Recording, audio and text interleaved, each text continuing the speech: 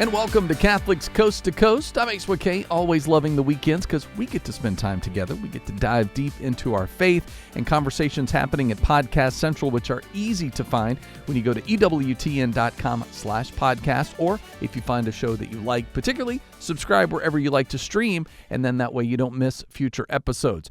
Before we get things going this week, let's of course always look into God's Word as we get this week's perspective on the Mass readings with our Word on the Word. Hey everyone, I'm Melissa, and this is Veronica. Welcome back. Wait, stop, sorry. I looked at you and I really shouldn't have done that. Because when you're introing me, I shouldn't go.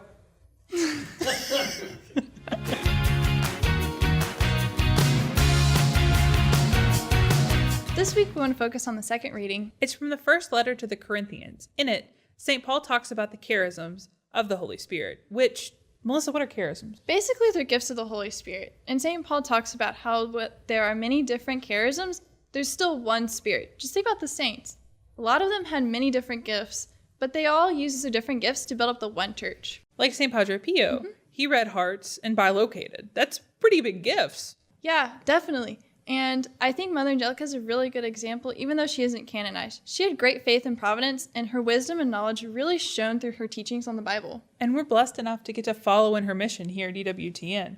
But I love her quotes. One of them, my favorite one, is the one about faith. How faith is having one foot on the ground, one foot in the air, and that queasy feeling in your stomach. But I think that's what it takes to live the faith, to be brave. Because she had to have that queasy feeling in her stomach when she started her TV network. It's really cool to think about that the same spirit that resided in her and Padre Pio and all the other saints is in us today.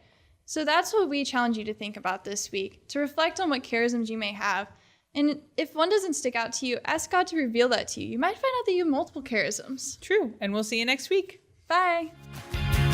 Continuing to reflect in a jubilant year as we continue with Word on the Word. You want the full and any of the episodes you might have missed, go to Podcast Central at EWTN.com/podcast. I'm Ace McKay. As Catholics Coast to Coast dives in this week, Adventures in Imperfect Living talks about when we feel like something still lingers after confession, even when we know that we've been forgiven. Greg and Jennifer are going to dive into what is the common struggle of reconciling God's mercy with the need for purification. Let's get into that today with Adventures in Imperfect Living on this week's Catholics Coast to Coast. The last show, when you did your finger thing, I was like, we totally forgot that there's audio as well, and so it was. As I was editing it, I was like, oh wait, how are people that are listening going to understand this? Yeah, they're just. So we just have to remember. I'm reminding you because I'm reminding me. So the other day, you saw a video, and it was something that taught you something in like 30 seconds. And you made a comment, and you said, like I just logged on, and I went to this video, and it taught me this thing in 60 seconds, and that was great. And I just went, yep. You remember this? Yes, I do. And so you also kind of bristled when I agreed so quickly. Not bristled strong, but you were like, you knew what my yup meant. What did my yup mean? Well, we didn't really talk about it, so I don't know if I'm going to be really correct on this, but what I read into your reaction was that you felt like, yes, that's how it should be. Like, this is ultimately a good thing. It was concise. Yeah. And that it was somehow good to you. I'm in this constant struggle or constant search, constant quest. Quest sounds good rather than struggle, doesn't it? It's a quest. I'm questing for. Now you're beating around the bush for something. What do you tell me? I'm very aware of the kinds of videos that I watch. I don't watch a lot of long form videos, and our videos are long form, but people like our long form videos. And I'm like, I want to get to the crux of teaching stuff in the middle. I want to get to the crux of teaching things faster. I want to be able to identify the teaching points faster. And so like when you said, when you saw that video, I'm like, yeah, see, that's super great when you can find a quickly helpful thing in a video. And I think part of it, and I've thought about this too, it's just more work that I'm not sure if I want to do, is identifying those little things and then releasing the bits in our show. Like, the last show where you taught how to do the rosary with just your fingers. Pulling that out and exporting just that section out as like a short or something like that. But I just don't know if that actually gets traction or findability on YouTube and that kind of thing. So I go back and forth. Well, here's what I will say to that. There are times when you do want the information quickly because it depends on the content that you are dipping your toes into to sort of want to consume. If I were watching a lecture, I don't want the quick hit. I want the lecture. Give me the hour.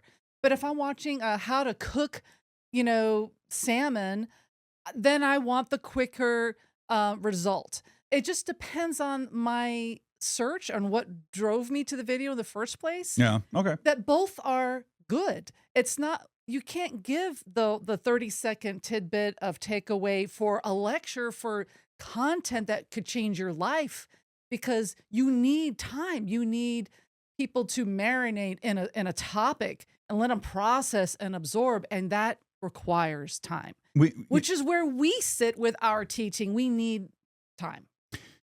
So the giving campaign ended at midnight on December 31st. And there's a reason why I bring it up, even though we say, we're not in fundraising period anymore. Though if you want to give to Rose Jeremy, rosejeremy.com/donate, we always need the funds. But the reason why I bring it up is, I don't know if you saw this morning, Mary, who has donated in the past, this is Mary B. I don't want to say her last name. She signed up as a monthly donor. Did you see this? Yes. So here's we're recording this. It's January 6th. So the giving campaign ended 6 days ago. Mary signed up as a monthly donor at $20 a month. Did you see her note that she put in there? I think so. She says, "Thank you for staying the course and helping me to grow in my Catholic faith. I love that you are focusing on the rosary.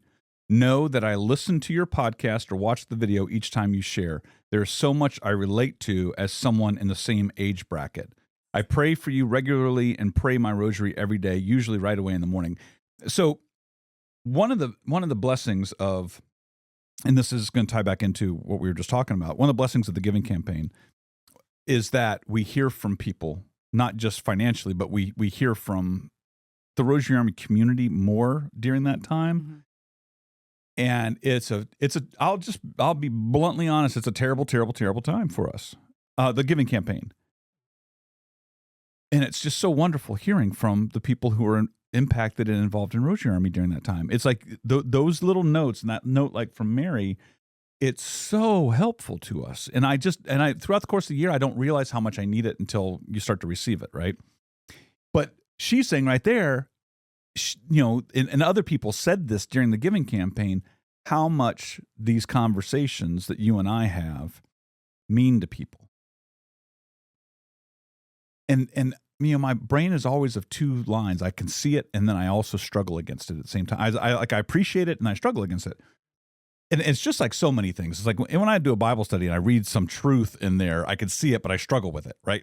Right. It's that's not for me. Well, it doesn't apply to me. Or it is for me, but I just don't know how to do it, that type of thing. Yeah. And so there's this huge desire in me to share the faith, to educate people in the faith, to help people know how to live the faith, but at the same time, like just this morning, I was reading in Love of Eternal Wisdom, and I'm reading stuff that St. Louis de Montfort said, and it was actually great. I had to stop and write about my desire to share this information, but is tainted by my past, by my sinfulness, by my unworthiness, by my stupidity, all these things that, listen, I know I've accomplished a lot, but I read his words and I'm like, I'm nowhere near him. And who am I to try to explain any of this stuff?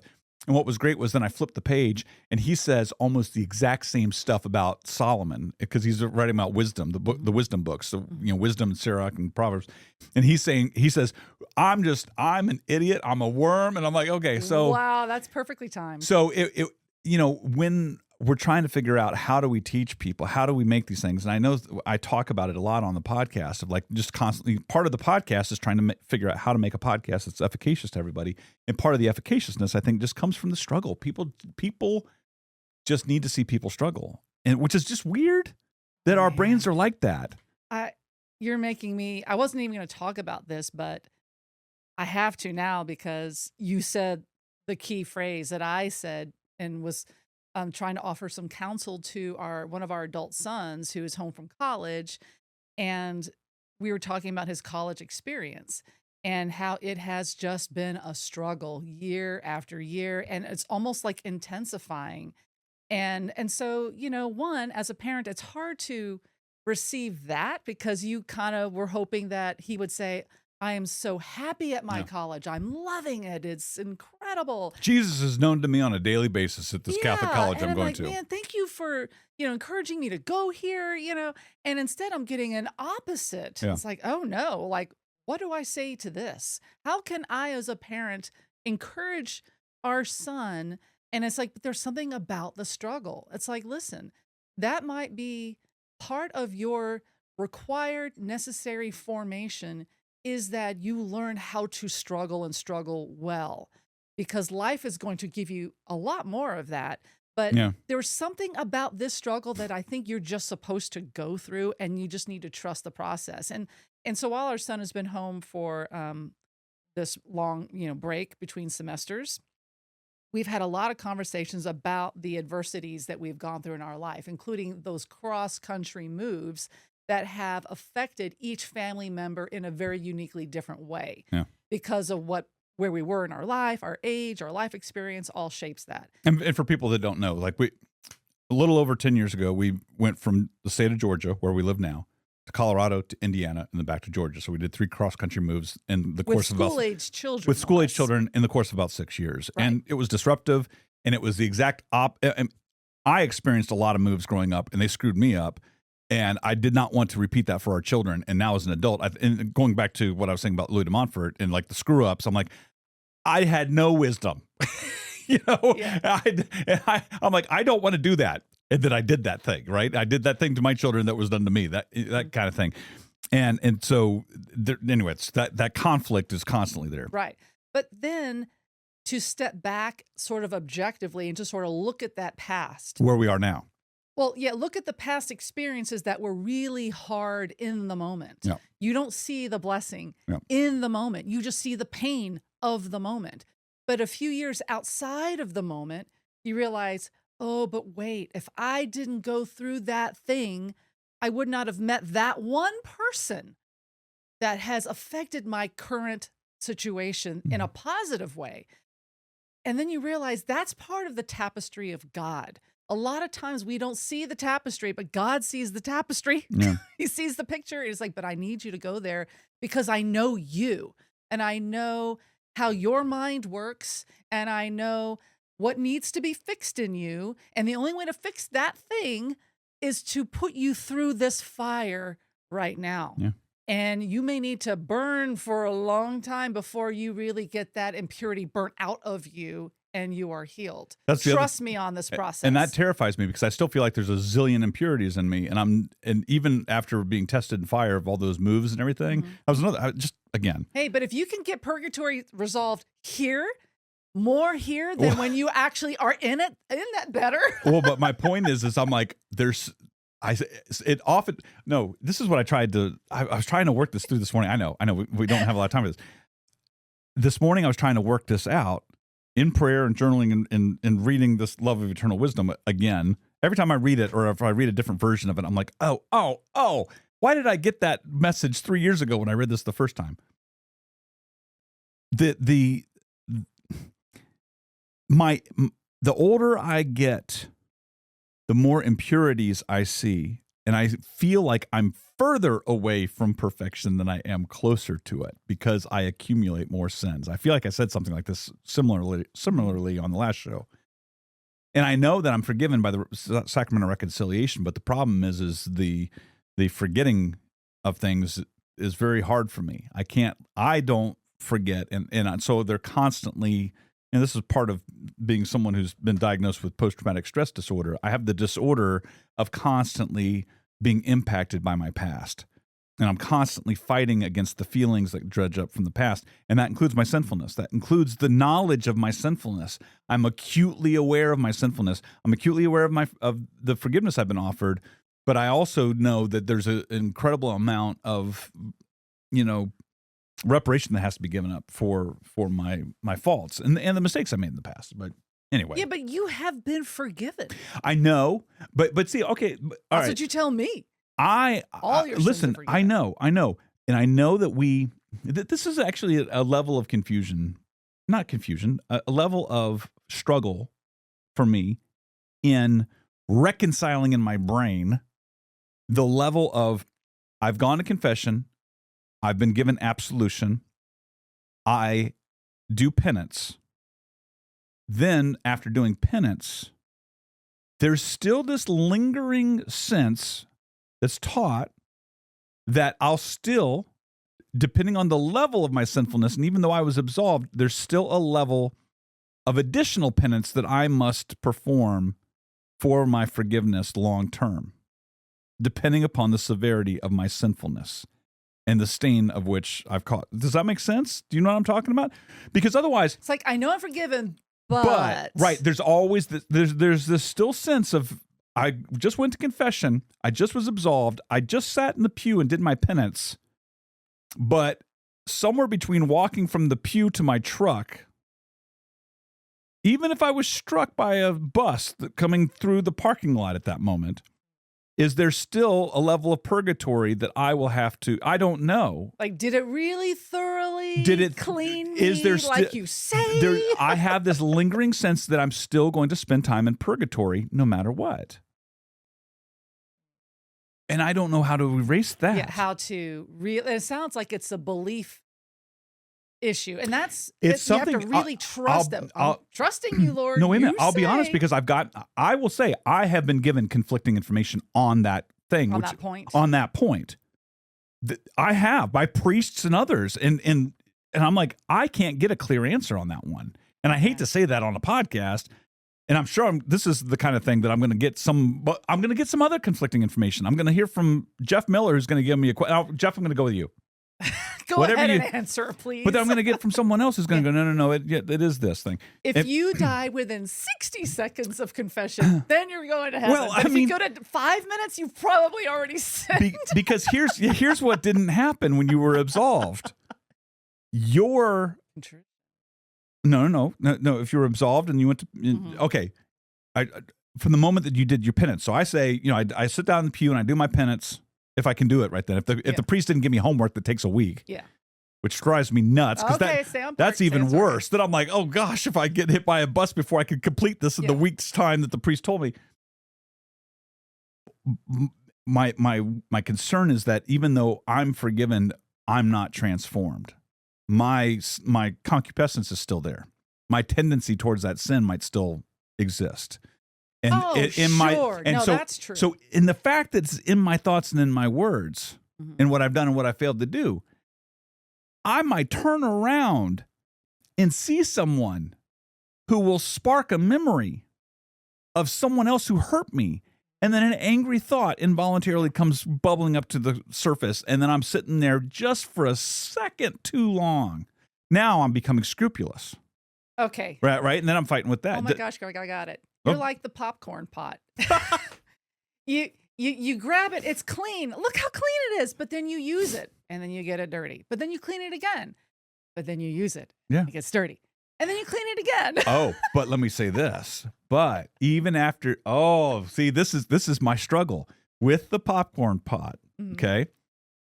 Every night we make popcorn and I'll put that pot into the dishwasher. Yeah. Even though it goes through the dishwasher, getting clean, right? Yes. Getting absolved, right? There's still a buildup that happens of the oil on the bottom. It's still like, it's clean, but I still see a residue. And then every like once a week we have to take the what's the like a scouring the pad. scour no Yeah. what's the Stainless steel wool. yeah, the steel wool thing. Yeah. I have to take the steel wool thing and scrub out the built-in Okay, the metaphor. right? And that's how I feel. It's like, but because it's not spick and span Okay. until you do the steel wool. The analogy. And the steel wool is like the severe penances that I still need to do throughout life. The steel wool, that deep layer of cleaning, I think is only possible when we bring that level of contrition to the table. That's the thing. That's the moving angle. Because sometimes we go in, I'm sorry for this and sorry for that. It's like, but only God knows the real level of sorrow that you actually bring to confession. And sometimes you get the gift of tears of like, oh my God, I am so deeply sorry. Like, Yeah. I see how it hurt you, and I didn't quite see how I contributed that lash on your back, Jesus, for my sin. But then sometimes you see it and sometimes you don't. But then it comes back to like, see that's what drives me nuts, because then it still is a fault of my own weakness and inability to see something is preventing me from experiencing that full level of forgiveness. You see what I'm saying? Yes. And then However, that's frustrating, because it's like, well, how do I have that if I'm not given a grace by God to be able to have that? but I think the step that you're what we need to talk about, what we all do, is that sometimes we don't even want to sit and ask for the grace to have the contrition for the sin. Like we Okay, acknowledge fair the enough. sin, but like, Lord, here it is. Help me know how it hurt you, because that's the missing piece. We don't see how we hurt God. We just see, I know I did something bad and I have to confess. And then we don't move past that. We don't give ourselves time to contemplate. We're in a rush to go get the thing, check the box, and move on with life, and blah, blah, blah. And that's to our disadvantage. So we got to call ourselves out. Yeah. This is what we're doing wrong. And so I'm not trying to sell the love of eternal wisdom, Yeah. but hold on, but that's part of, I don't have enough wisdom to be able to get to that point, and so I'm praying for that level of wisdom now at the beginning of the year. So we're talking about it now and sharing this with our viewers and our listeners. So how to confess better. Real quick, I mean, we didn't know that was going to be the conversation, but obviously the Holy Spirit. This is what that's needed how to the Holy happen. Spirit wanted us to start the year with this first podcast. Our sins. We raised just under $82,000 as a just to let you know, with the giving campaign. So we fell short of last year by almost $70,000. We were $120,000 short of our goal. So we ask you just to keep praying for this ministry. We know that a couple people were going to donate after the first of the year.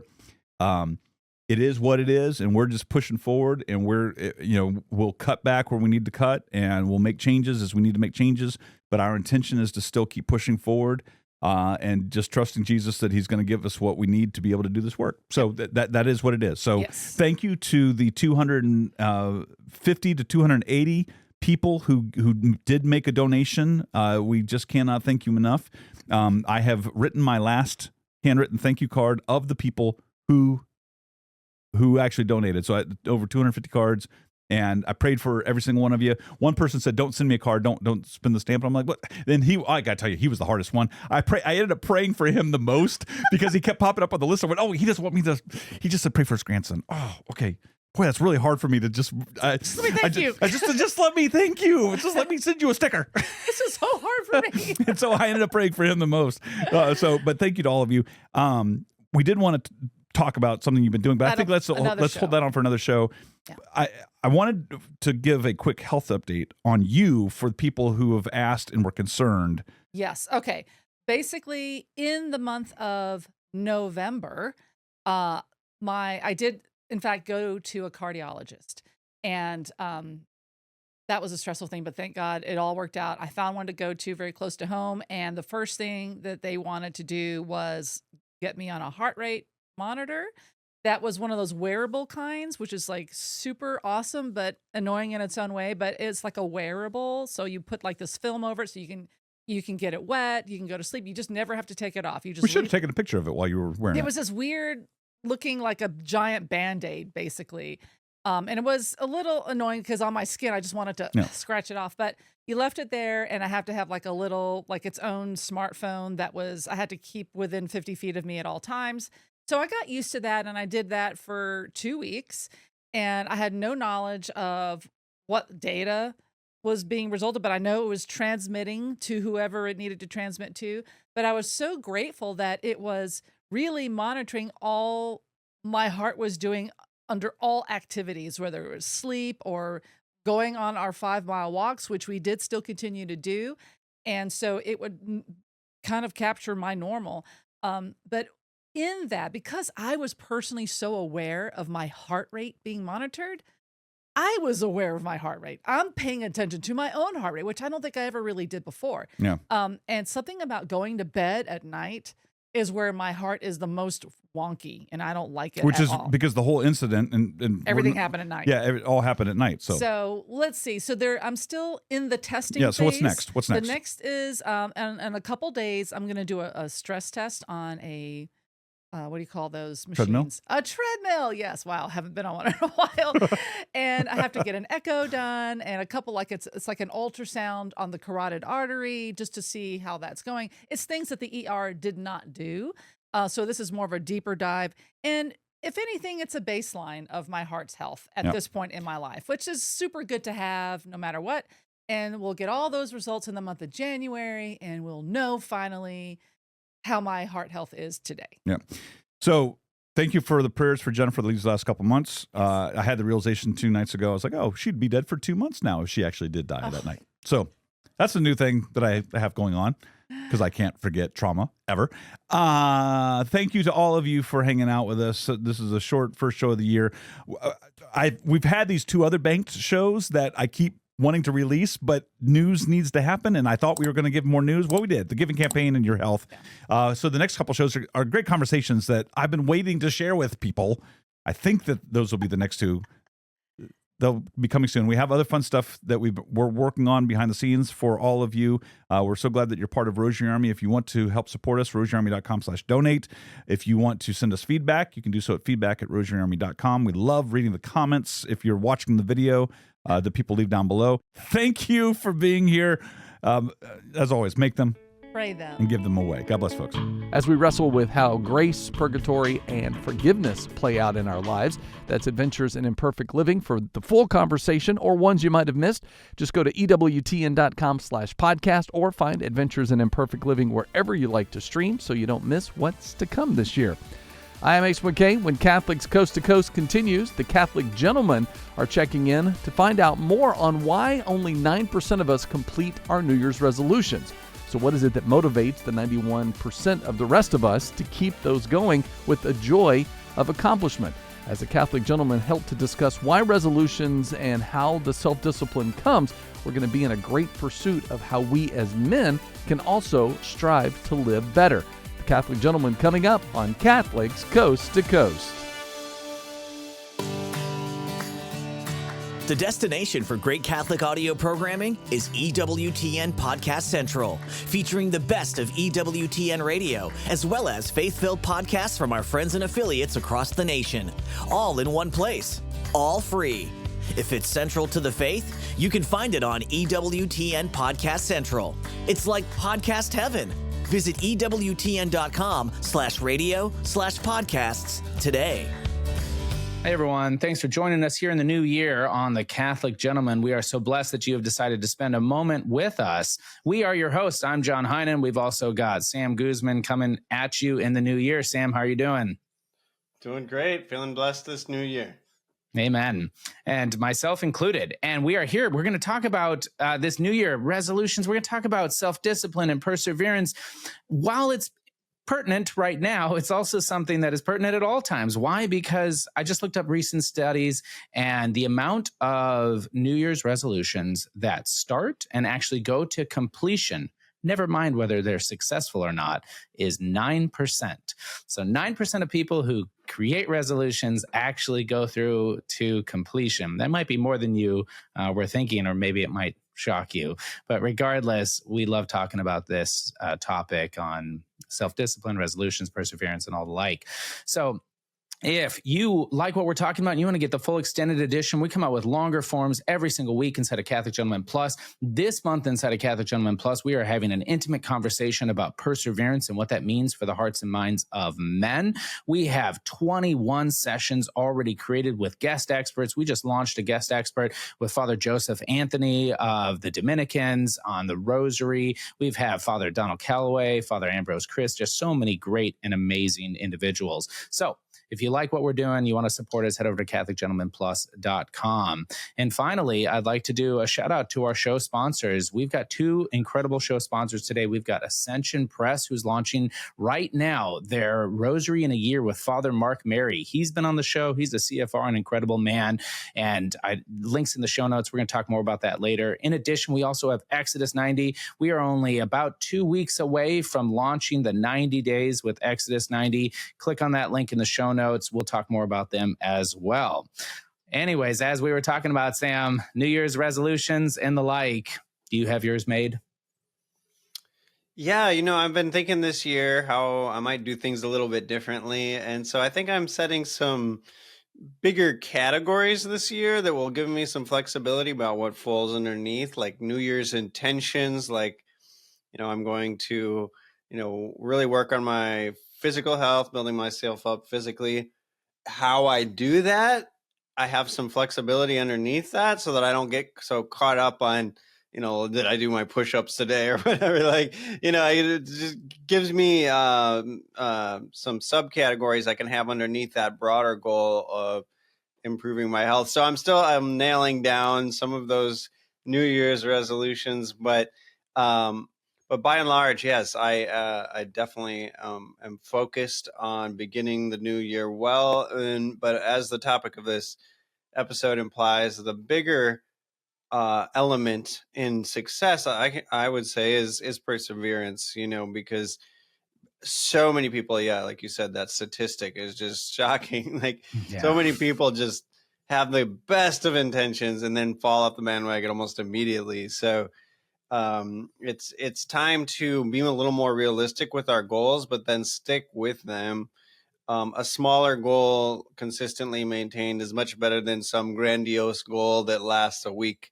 So anyway, we'll get into that. We'll get into that. Yeah, exactly. No, and I completely agree. And I think that, interesting enough, that's why we've got these two show sponsors today. And Father Mark Mary is doing this Rosary in a Year, and he's got 6 different levels that he's walking through. And one of them is just starting out, giving yourself a time a day, very small, a few Hail Marys, right? We've got to grow incrementally into that, lengthier goals that we have. Some, we're doomed to fail, right? If we set ourselves up for, I only read 1 book a year, and now I'm going to read 50 books this year, right? When we do something like that, chances are we're not going to be successful. So we're going to talk about that today. Same with Exodus 90. I think that's what makes it so successful, is that there's a beginning, middle, and end, right? And that's so helpful for men. We are looking to actively pursue something, but it's basically a SMART goal where it's very specific, it's measurable, all of those sort of things.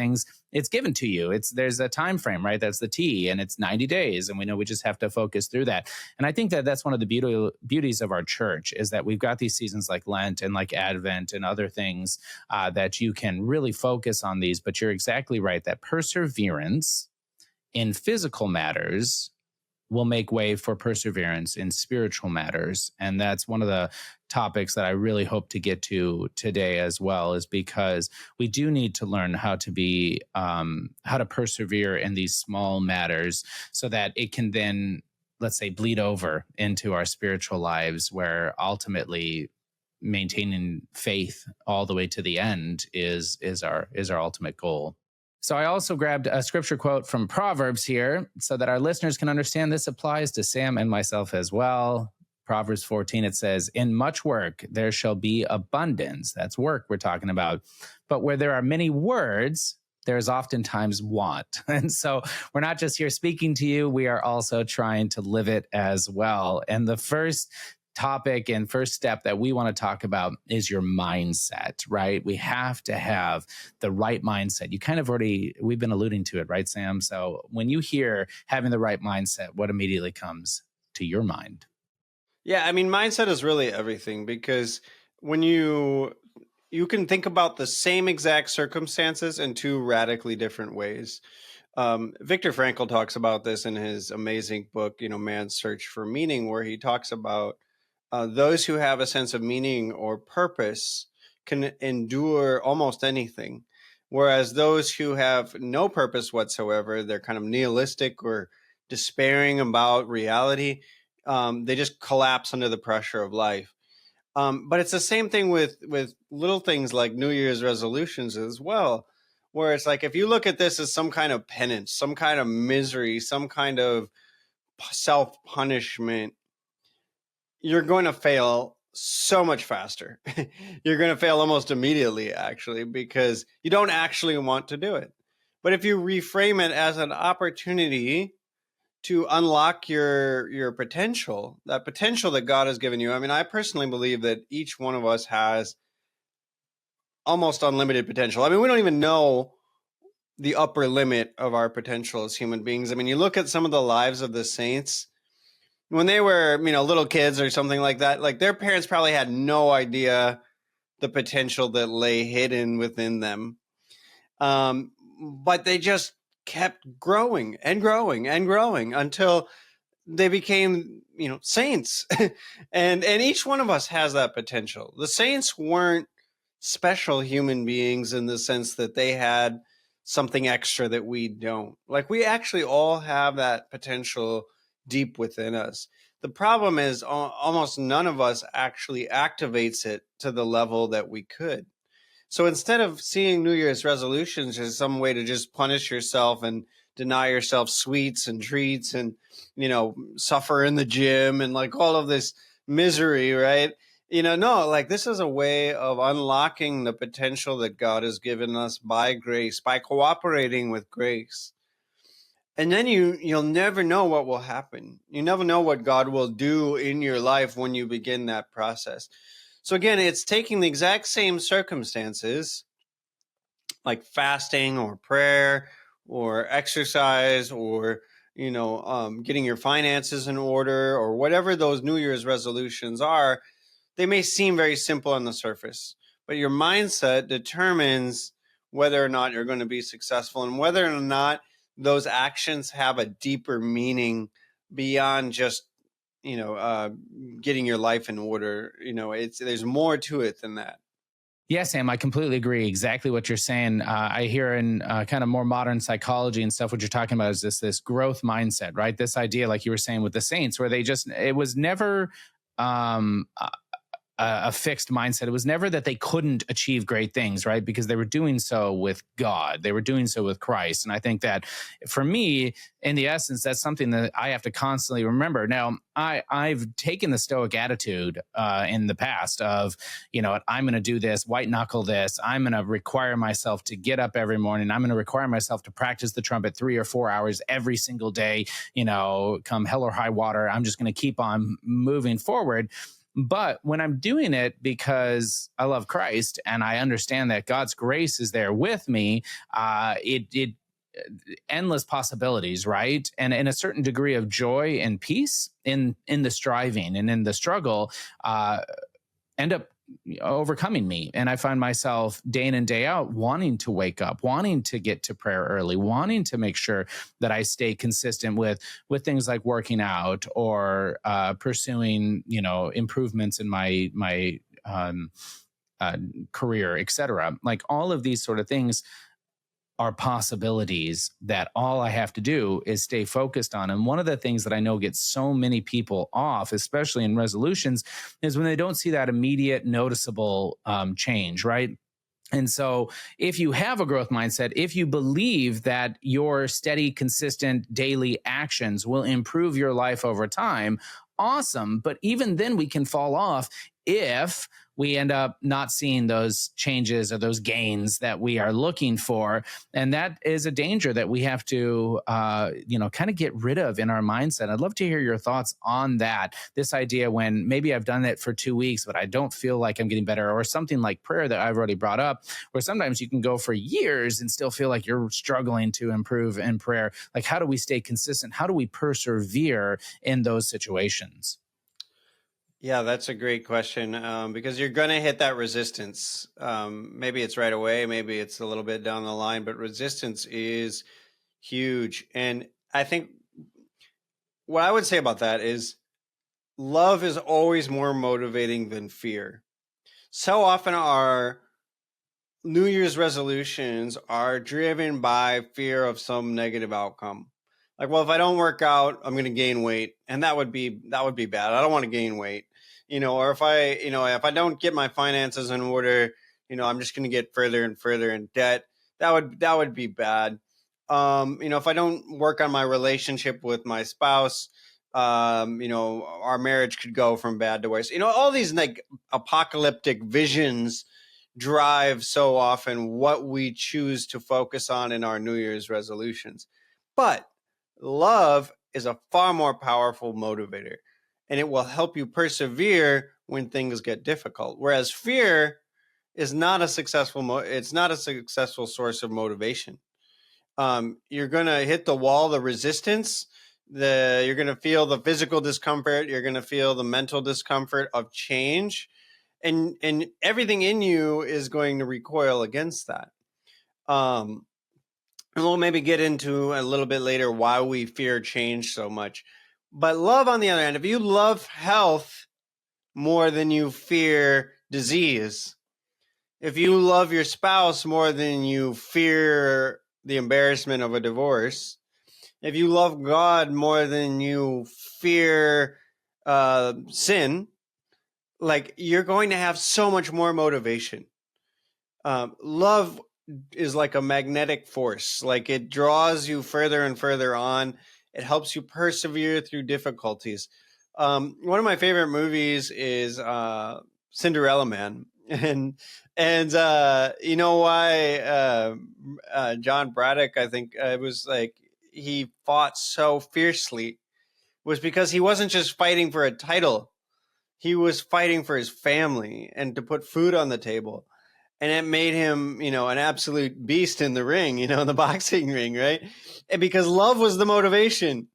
And there's so many other examples of that, but that's what we need. We need to sit down and think about, what do I love more than what I fear? And maybe even write that down. Take the most common New Year's resolution of health, right? Like, do you love like your body working harmoniously? This idea of like,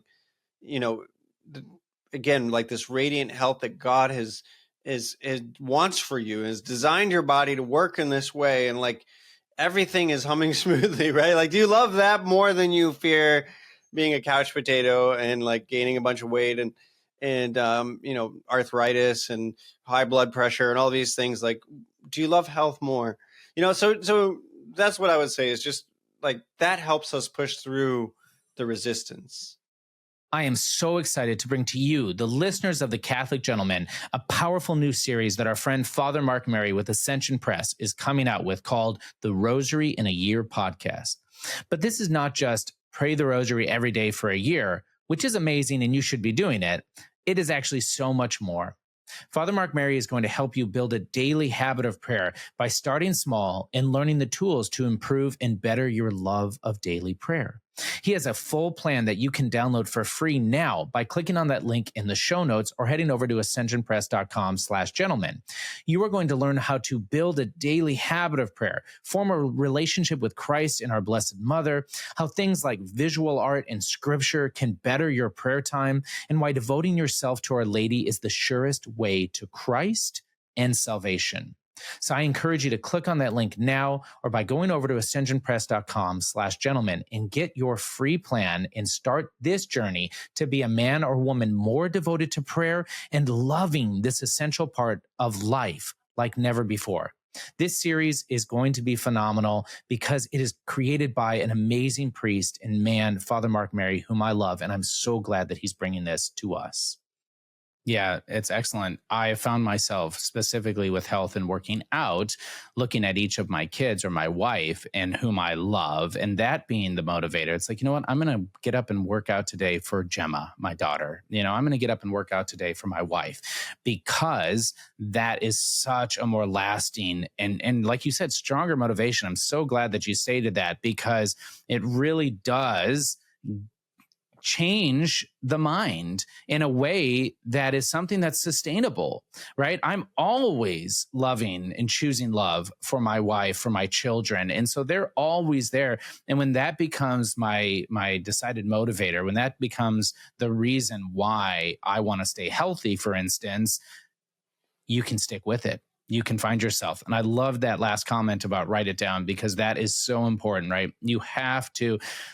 And if you're like me, you've heard that a dozen times and not done it. But then when you finally do it, which I have, it changes things. And write it down in a way that you can return to it and you can see it, and that it can be a part of your daily routine. Because when that becomes always in the know, then we find ourselves recalling it to mind so frequently. And so I think that that's a good point, and actually brings on to our next point here after our mindset is your goal. We have to have these goals, right? Goals are so important for men because we just have this natural desire to actively pursue something. It's written within us. And so if we don't have that goal, if it's just some sort of nebulous, like, I'd like to be here someday, I'd like to feel like this someday, you're going to struggle to get today different than yesterday. It's not going to be something that you want to move towards. And so I can't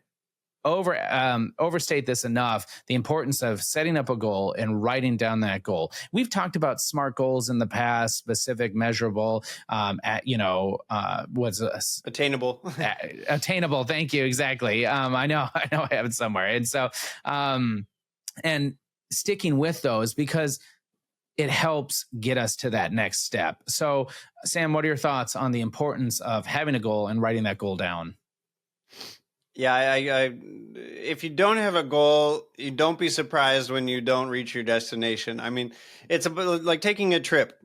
What's the first thing you do in this modern world anyway? You punch in your destination in the GPS, right? Yeah. So the GPS knows how to structure your travel based on where you're headed, your goal, right? And it's the same in life. We have to have a goal. We have to have a destination that we're aiming for. And sometimes, like, it's really important to set the goal higher than you actually think you might attain. I know the SMART goals tells you to make it attainable, but sometimes like the goal needs to be big. It needs to be audacious. It needs to be bold.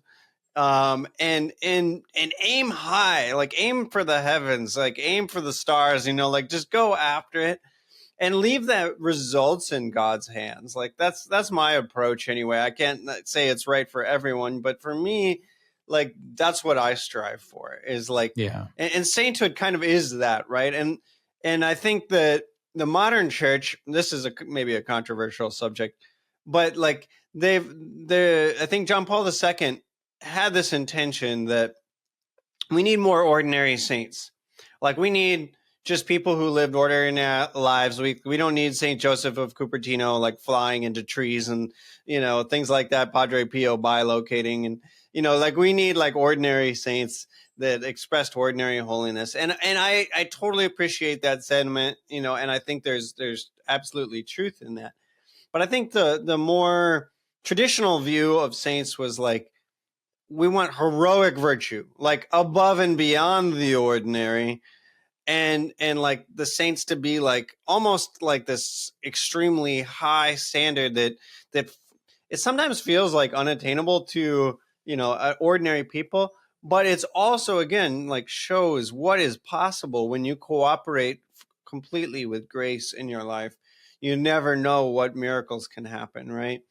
And so while the modern mindset might look at that and be discouraged by that, like I think in traditional mindset, people were motivated by that. Like, oh my goodness, like these saints were so incredible.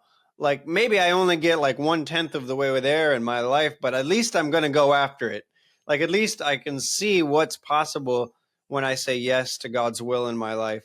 And so I'm going to strive for that, whatever that looks like in my life. And I don't think people found it discouraging. And so all that to say though, but have a vision, have a goal, even a mental image of where you're going. Where do I want to be in 5 years? What do I want my wife, that's a dangerous one. What do I want my life to look like in 5 years, and like literally like sit down and visualize it.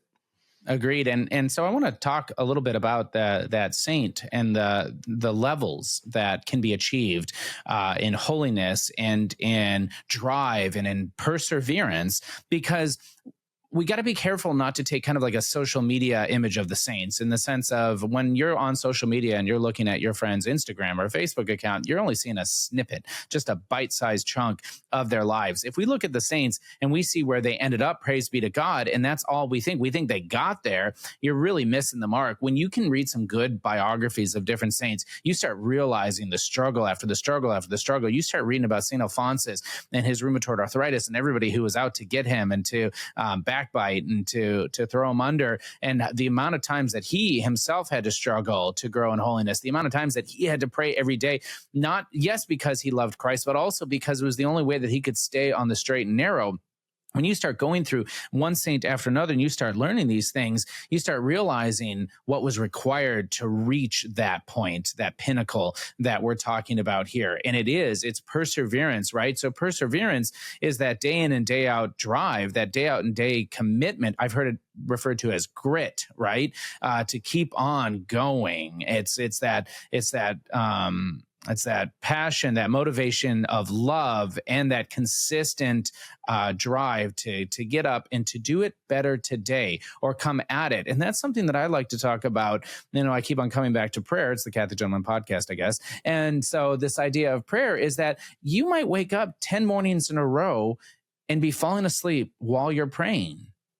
Well, let's re-strategize and figure why that is, and see if day 11 can't be a little bit better. But day 11 is still coming, and we still need to be persistent in waking up and giving our all on day 11. And that's where that perseverance really sets in. And I can't tell you the amount of times that I have had a string of days in a row where I felt like, I'm showing up, Lord, but I'm not mentally there, or I'm not feeling anything out of this, right? And there's a couple dangerous things there, but perseverance, faith, grace is going to get you up on day 11 and make it keep on going. And then the final thing that I wanted to say within this section here on goal is have one goal, one audacious, out there goal, but that when you have a dozen goals, like, just the human mind is not capable of sticking with a dozen goals at a time. And I see that happening so frequently in these resolutions, plural, is that I'm going to do this, I'm going to do that, I'm going to do this part of my life, I'm going to handle physical, spiritual, and mental. And these are all great things, but we've got to do them incrementally. We got to do them like one goal at a time. And all the saints talk about the importance of just that one persistent goal that we're working towards. Yeah. No more than three. Like, no more than three. Have a little hierarchy. Like, here's number one, here's number two, here's number three. But human beings can't focus on more than like three things at a time. I mean, I shouldn't say that. You have exceptions like Elon Musk, right? Who's running like 15 companies or something. But if they're normal people, no more than three. Really make them as clear as possible as far as what the desired outcome is. Like, again, where do you want to be in a year? Next year at this time, what do you want your life to look like? How do you want it to be different? And I was going to say something about perseverance. Please. Like, I think that's such an important point, because we've been trained constantly by our instant gratification culture to want things now. Like Amazon, like 1 day shipping, 2 day shipping, overnight shipping, not fast enough. We're going to have a drone leave the factory, at like 1 hour. You're going to get it an hour later, so you don't have to wait at all. Like, and if forget about saving money for what you want. We'll give you 30% financing, and you can get it now and buy now, pay later. Like, that's like the new mantra with websites and things like that. Buy now, pay later. And it's like, get it now and then worry about the effort later. Mm-hmm. And we really need to be aware of this as Catholic men, because it does work on our unconscious mind. And I say unconscious because we're not aware of it. But be aware of the power of the culture and that it has on us. And even with diets and exercise, like, I've literally seen people advertising 30-day transformation, or like get fit in 2 weeks, or now they have the weight loss drugs so that you actually don't have to do anything other than take a shot. And, you'll drop 60 pounds overnight or whatever. Like, instant gratification is the enemy of the soul. Grit and perseverance expand your soul. Like, hard times expand your soul.